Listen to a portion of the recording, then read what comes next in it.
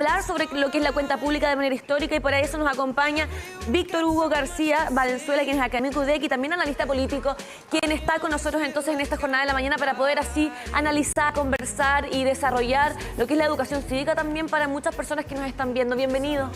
Encantadísimo, un placer estar nuevamente y especialmente con ustedes. Muy grato, un gusto siempre que nos acompañe, y esta expectativa que hay en torno a esta cuenta pública, porque siendo justo, siempre las primeras cuentas públicas de las y los presidentes es un poquito lo que dejó el mandato anterior, reconocer lo que fue el 1 de junio pasado, con 3 meses de administración. Ahora ya tenemos un balance un poquito más global con 15 meses de administración de Gabriel Boric, y lo que se espera en torno a las cuentas públicas en general, porque es un acto tan republicano y tantos años que lleva en nuestro país, que genera esa expectativa no solamente en el mundo político, sino en la ciudadanía en general, para ver qué se está haciendo y qué se viene también de un proyecto de gobierno. Sí, mira, en estricto rigor, en realidad esta es la primera cuenta pública del presidente, ¿no es cierto? Lo que le correspondió el año pasado fue más bien una presentación general y, tal como tú señalabas, tratar de colocar en contexto el inicio de su mandato. Por lo tanto, esta sería la primera cuenta. Y también mencionar que el concepto cuenta pública no me gusta mucho, yo creo que más bien es Estado de la Nación, porque, claro, cuenta pública tú das a conocer lo que has hecho, cuál es tu visión respecto de todo lo que has hecho. Claro. Y en estricto rigor también los mandatarios, los presidentes, la presidenta, ¿no es cierto?, generalmente también presentan lo que van a hacer y se transforma, en menores ocasiones, en un largo listado de lo que tú proyectas hacia el futuro inmediato. Sí, claro. Entonces eso más bien es Estado de la Nación. Pero dejando ese punto marcado, yo creo que esto es clave para el presidente Boric, es clave para el presidente en este minuto, particularmente por el ajuste que ha debido tener el gobierno tras las derrotas, ¿no es cierto?, que ha tenido que experimentar por todo este proceso constitucional. Así que yo creo que ese es el gran contexto en el cual hay que estar muy atento, escuchar muy bien al presidente y ver cómo va a alinear sus próximos 3 años derechamente. Sería súper bueno hoy día poder ir comentando en qué consisten las cuentas públicas de manera histórica en nuestro país y cuáles son sus principales objetivos hoy día. Bueno, esto es una costumbre republicana, por supuesto democrática, que la autoridad presente ante la opinión pública lo que está haciendo y lo que pretende hacer. No hay nada más transparente que eso, ¿no es cierto?, mostrarte y presentarte ante la opinión pública respecto a esa materia. Esta es una práctica también que practicaban mucho, valga la redundancia, los ingleses. Es un tema que le hemos sanamente copiado a los ingleses. Nosotros lo hemos puesto en la Constitución política, ¿ya? Esto no es que a alguien se le ocurrió y listo. La primera noción de cuenta pública que tenemos es de la Constitución de 1828, pero verdaderamente se institucionalizó en la República Autoritaria Conservadora y con la Constitución del 33. Entonces tú vas y te presentas ante el Parlamento. Mira el acto. Te presentas ante el Parlamento y el Ejecutivo da a conocer lo que ha hecho y, bueno, tal como lo hemos señalado, lo que pretende hacer en el inmediato, ante los representantes populares, ¿ya? Y eso evidentemente quedó muy marcado en nuestra historia. Era el 1 de junio, la fecha, esencialmente. Después hubo un cambio al 21 de mayo, pero hemos vuelto al 1 de junio, al 1, porque era el inicio de las actividades formales de las legislaturas del Parlamento. De ahí la coincidencia de fecha. Sí, y bueno, ahí como datito extra también fue en 1962 que por primera vez se transmite por televisión, precisamente con Alessandre Rodríguez, ahí dentro de este contexto y cómo nos interesa también a nosotros y lo que llevamos también hasta los hogares. Esa es la idea también de ir haciendo estas bajadas. En el contexto internacional, profe, lo que ocurre que señalaba Conci también con esta visita en Brasil, los dichos de Gabriel Boric que no dejaron ahí indiferente a ninguno, y cómo se ha ido desembarcando también respecto a todo lo que había previo y algo de esperar, además, al momento de asumir con un rol de presidente a lo que era previamente. Tenemos los dichos precisamente para que lo vayamos a escuchar quienes no están al tanto de esto y ahí lo comentamos. Genial. creo que es tremendamente importante para abordar en conjunto los desafíos comunes que tenemos. Pero debo decir que la crisis de derechos humanos en Venezuela, y en esto discrepo con el presidente Lula, no es una narrativa construida.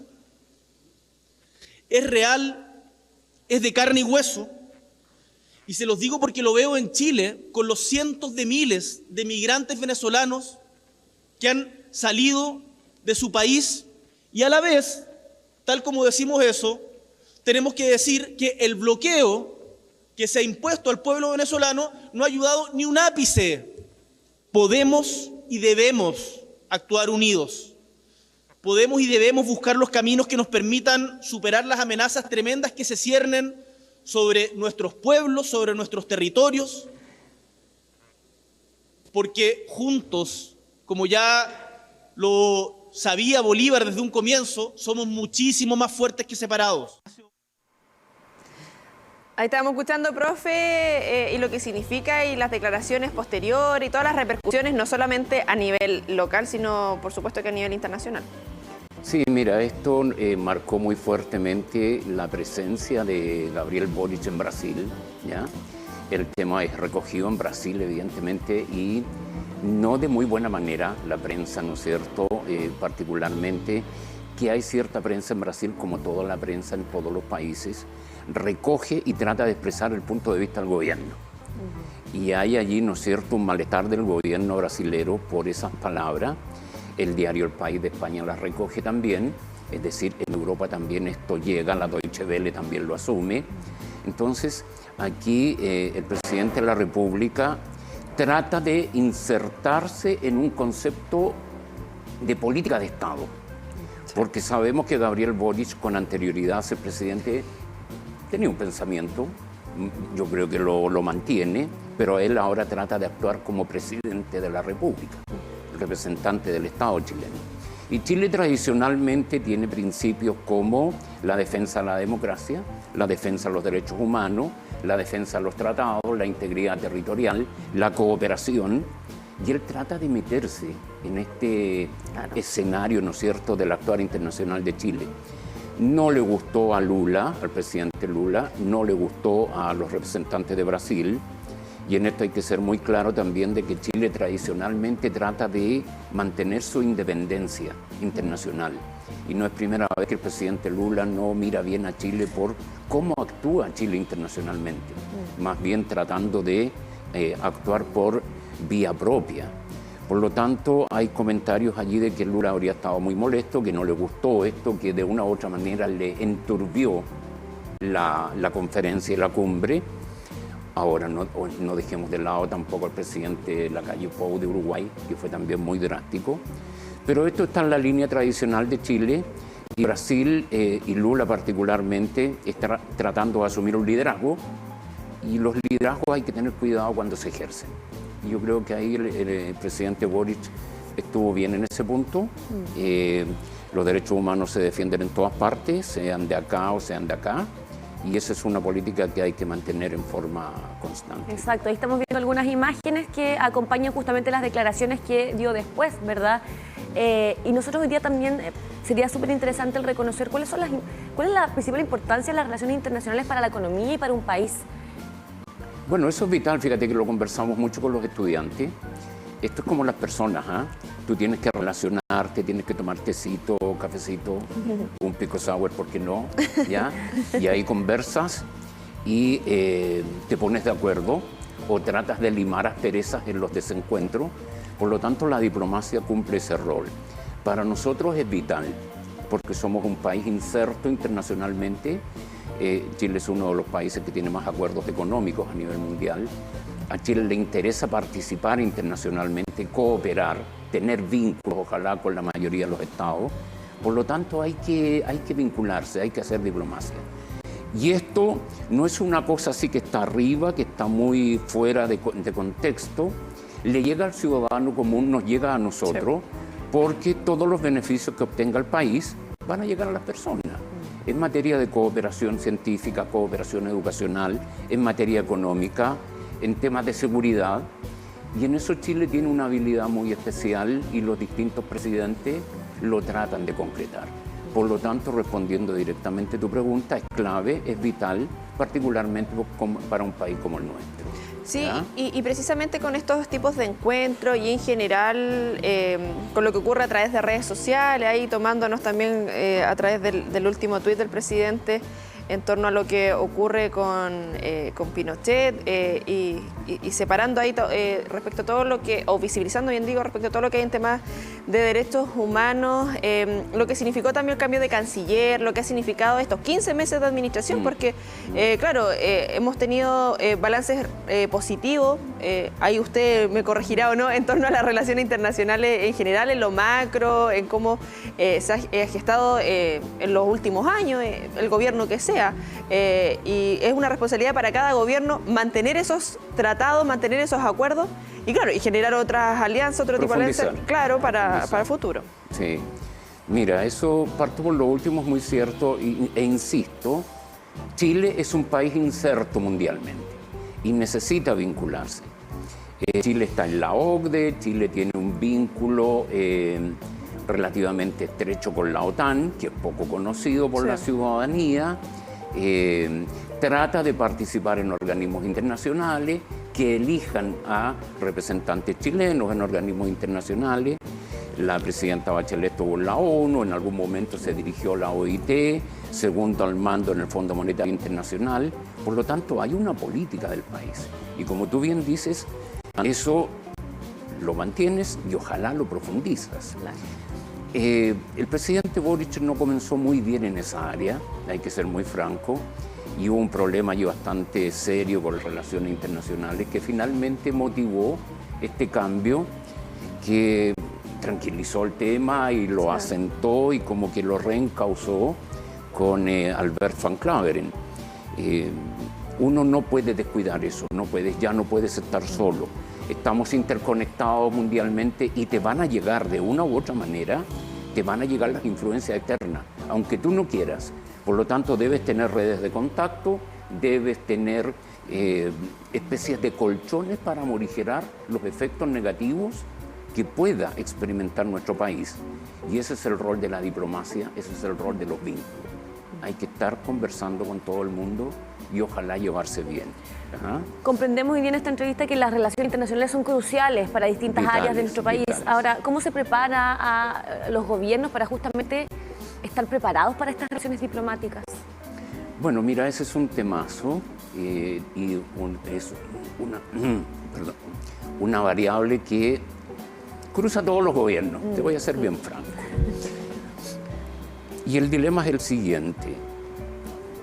Embajadores profesionales, diplomáticos profesionales o diplomáticos, ¿no es cierto?, que básicamente hacen carrera política o que tienen algún vínculo con el Poder Ejecutivo, con el presidente o la presidenta.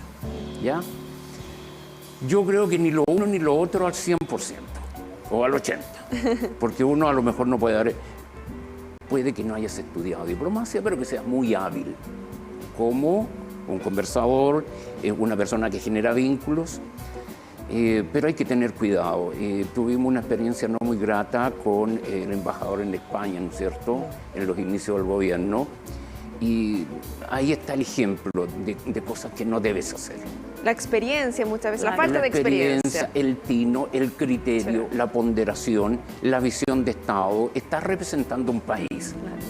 Entonces parece que asumió el hecho y de hecho el embajador desapareció de la esfera pública. ¿Ya? Pero debes tener cuidado en eso. Nosotros tenemos una academia diplomática, la Academia Diplomática Andrés Bello, que prepara diplomáticos, ¿ya?, y funcionarios de carrera que evidentemente han prestigiado mucho al país. Por lo tanto, hay que ser hábil, hay que tener cuidado. Yo no me cierro a que existan representantes embajadores no profesionales, no diplomáticos en el área, pero que respondan evidentemente a los intereses del país, que sean ponderados, criteriosos y que no dejen mal, ¿no es cierto?, nuestra imagen internacional. Claro, y dentro de esa estrategia, en general, estos cambios que han ocurrido, y tomando figuras relevantes o nombres relevantes para y reconocidos como Toá, Elizalde, lo que hablamos también del canciller, que estuvo como subsecretario de Relaciones Exteriores durante el primer gobierno de Michelle Bachelet, como embajador de Chile en Bélgica durante la administración de Ricardo Lagos. Estas figuras que, claro, tienen esta experiencia, y para qué estamos con cosas, también estamos hablando de una persona de más de 70 años que también genera otra impronta al momento de reunirse. Claro, que lamentablemente seguimos también con esas cosas que un hombre de cierta edad y ciertos rasgos también genera un puntito a favor, se quiera o no se quiera. Sí, mira, Alberto Van Claveren además es un gran académico, él ha escrito también bastante, estuvo presente también en nuestro juicio en La Haya, ¿no es cierto?, nos acordamos. Es decir, sabe dónde está parado y sabe de lo que habla, sabe manejarse, tiene vínculos, maneja los tiempos. Es de mucha tranquilidad verlo, por ejemplo, al lado del presidente cuando hace las declaraciones en Brasilia, ¿no es cierto? En Brasil, el presidente. Por lo tanto, sí, eso no vamos a decir, por ahí se dice también que para ser presidente ojalá hay que tener canas, ¿no es cierto? Sí. Ahí lo estamos viendo. El del lado derecho, ¿no? Correcto, el de corbata azul, azulina y sí, hombre de cana. Entonces, él por presencia y por, no solo la presencia, sino por su trayectoria política, intelectual y sobre todo de diplomático, nos da mucha tranquilidad. Así que enhorabuena y hacemos votos evidentemente porque le siga yendo muy bien en su trabajo que, tal como lo señalaban, es vital para nosotros. Sí. Ahora, es importante plantearse objetivos o metas para justamente estar preparado para estas relaciones internacionales. Sí, mira, ese es el poner tema. Poner en balanza finalmente lo que vamos o no vamos a hacer. Claro, cada ministerio debe hacer su planificación. En este caso, ¿no es cierto?, hay un criterio general. Las relaciones internacionales las dirige el Poder Ejecutivo, las dirige el presidente, fija las prioridades. Pero si ustedes revisan, por ejemplo, la página del Ministerio de Relaciones Exteriores, allí lo primero que aparece son los principios de la política exterior de Chile. Entonces, como que te raya la cancha eso para todos y todas, ¿ya? El tema del respeto al derecho internacional, la democracia, los derechos humanos, integridad territorial, soberanía, cooperación. Entonces tú te mueves en ese marco, pero tienes un margen de maniobra como para establecer si vas a priorizar relaciones con determinado continente, si vas a priorizar Europa, si te vas a volcar básicamente a América Latina. Hay allí en la propuesta del actual presidente en política exterior en orden a priorizar las relaciones con América Latina. Estamos todos de acuerdo en eso, pero evidentemente no puedes perder de vista al resto del mundo. Nosotros tenemos vínculos con todo el mundo. Entonces ahí haces tu planificación, vas a ver cómo vas a dirigir tus esfuerzos en los organismos internacionales, cómo te vas a comportar frente a los poderes hegemónicos, porque en este momento hay que ser muy cuidadoso de cómo te manejas con Estados Unidos y con China, que son los dos grandes poderes, y Chile trata de ir ahí viendo sus objetivos por medio, ¿no es cierto?, y sin perder de vista ninguno de los dos. Esa es la planificación y esa es la responsabilidad de los ministros, concretar esos principios en la micro, en el micro, no la micro, en el micro, ¿ya?, en lo concreto. Así es que también es un punto clave de cómo se maneja el Estado.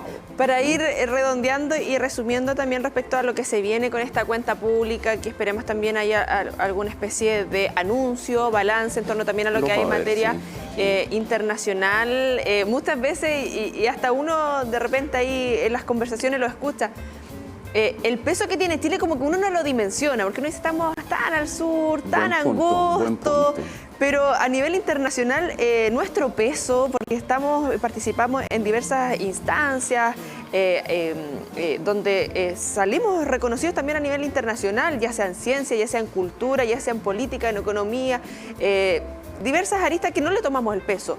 Lo que significa nuestro país en el extranjero, lo que significa obviamente también ese peso y lo que debiésemos ir profundizando también a largo plazo, considerando el mapa actual en cuanto a colores políticos, ya sea acá en América Latina y a nivel ya más macro.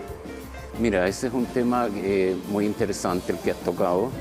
Yo siempre digo que Chile tiene una presencia desmesurada en relación a su tamaño y poder relativo.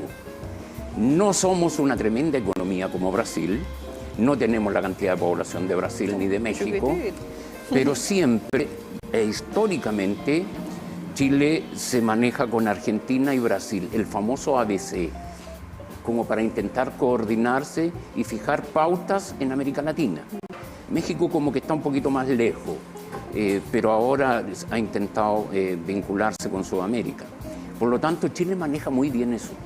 Y yo lo insisto también sobremanera de que es un ejemplo de que sin tener un gran poder económico, que sí Chile económicamente tiene mucho que decir en manejo económico, pero en tamaño de la economía no somos tan potencia, digamos. En los aspectos militares igual tiene algo que decir Chile, en su manejo político, en la estabilidad política, en cómo maneja la democracia. Entonces, eso es lo que se llama el poder blando. Es tu prestigio, tu estabilidad, versus el poder duro, que sería la economía, lo militar. Y Chile trata de manejarse ahí. Y tiene presencia, yo coincido plenamente contigo en eso, tiene presencia Chile, es respetado Chile, se mira a Chile cuando hay que vincularse con América Latina. Representantes de la Unión Europea están viajando a América Latina porque la habían descuidado y visitan Chile, visitan Brasil, Argentina, México, y eso va a seguir ocurriendo.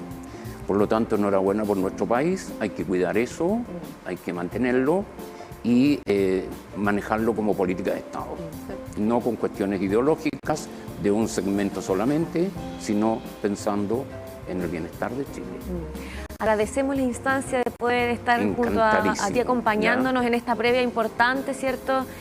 Antes de la cuenta pública, así que esperamos tener la instancia de poder seguir reconociendo temas importantes, hitos del 2023 de internacionales. Mi parte, toda la disposición. Para así, obviamente, educar a la gente y comentar en detalle tantas cosas que acontecen, ¿cierto?, a nivel gubernamental. Nos vemos en una próxima oportunidad y gracias por esta oportunidad. Y 30 segundos para dos saludos. Por supuesto, Uno para todos mis estudiantes. El profesor los quiere mucho, especialmente a los estudiantes de primer año. Y también un saludo para el Centro Deportivo Social y Cultural Lord Cochrane, para su presidenta Patricia Salinas y para la Sala Verde, donde participa muy a gusto el profesor también. Profe, siempre un gusto que nos acompañe y nos estamos viendo. Encantado.